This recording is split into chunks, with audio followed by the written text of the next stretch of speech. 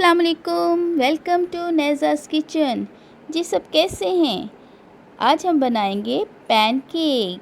जी pancake जो बहुत ही आसान है, बहुत ही डिलीशियस है और इसमें जस्ट 3 और 4 इंग्रेडिएंट्स के अलावा और कुछ इस्तेमाल नहीं होगा और हमारा बहुत ही मज़ेदार किस्म का पैनकेक तैयार हो जाएगा।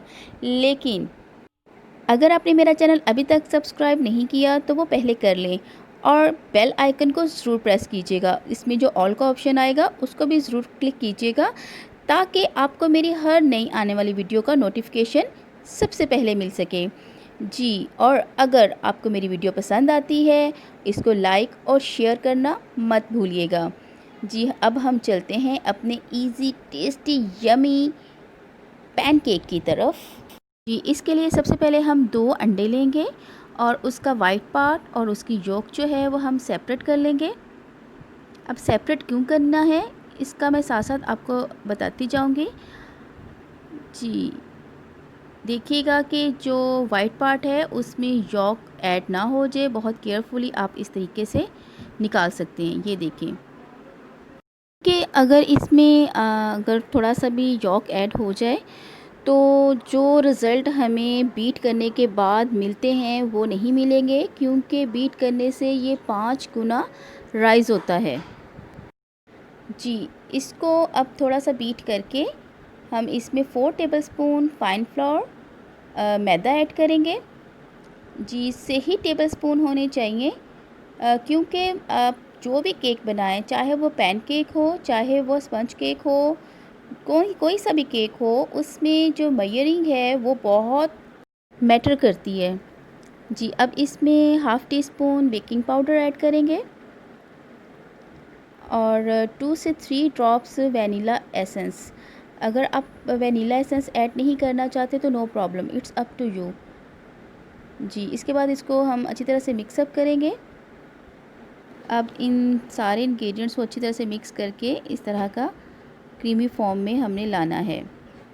जी, ये देखें इसकी कंसिस्टेंसी इस तरह की होगी।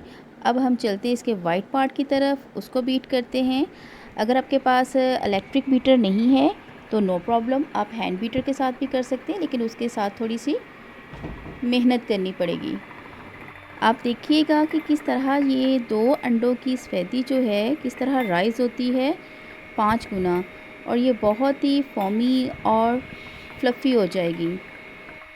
जी, इसको हम इस तरह बीट करते जाएंगे और देखते ही देखते ये देखिएगा क्या रिज़ल्ट आएगा। जी, अब इसमें हम 1.5 table spoon icing sugar add करेंगे। अगर आपके पास आइसिंग शुगर नहीं है तो नो प्रॉब्लम, आप घर में चीनी को पीस सकती हैं, ग्राइंड कर सकती हैं और उसको भी ऐड कर सकती हैं, नो प्रॉब्लम। और इसको अच्छी तरह से अब हम बीट करेंगे शुगर के साथ। जी, ये देखें अब हमारा वाइट पार्ट जो है किस तरह से फ्लफ़ी होना शुरू हो गया है, ये आप देख सकते हैं। बस अब तकरीबन हमारा मुकम्मल हो गया है बीटिंग का काम। जी, ये मैं अब आपको दिखाती हूँ कि किस तरह से ये हमारा, ये देखिए अब मैंने उल्टा किया है, नहीं गिरा। यही इसका प्रूफ है कि ये बहुत अच्छी तरह से बीट हो गया है, क्योंकि जो सही बीट हुआ होता है वो कभी भी नीचे नहीं गिरेगा। आप बर्तन को उल्टा भी कर लें तो वो कहीं नहीं जाने लगा, वो उधर ही स्टे करेगा। ज़हन में रखिएगा कि जितना ये हमारा वाइट पार्ट अच्छी तरह से बीट होगा, फ्लफ़ी होगा, उतना ही अच्छा रिज़ल्ट हमारे केक में आएगा, उतना ही सॉफ्ट और फ्लफ़ी हमारा केक बनेगा। अब हम इन दोनों मटेरियल को आपस में मिक्सअप कर लेंगे अच्छी तरह से। इस तरह मिक्सअप करना है कि इसमें कोई लम्स ना रहे, बिल्कुल स्मूथ फॉर्म में आ जाए। ये देखिए इस तरह से।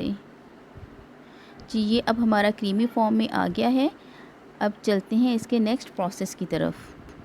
जी, सबसे पहले हम एक पैन में ऑयलिंग करेंगे और अगर आपके पास इस तरह पैन नहीं है तो आप तवा भी यूज़ कर सकती हैं, नो प्रॉब्लम एट ऑल। और जितना आपको केक का साइज़ चाहिए आप उतना बैटर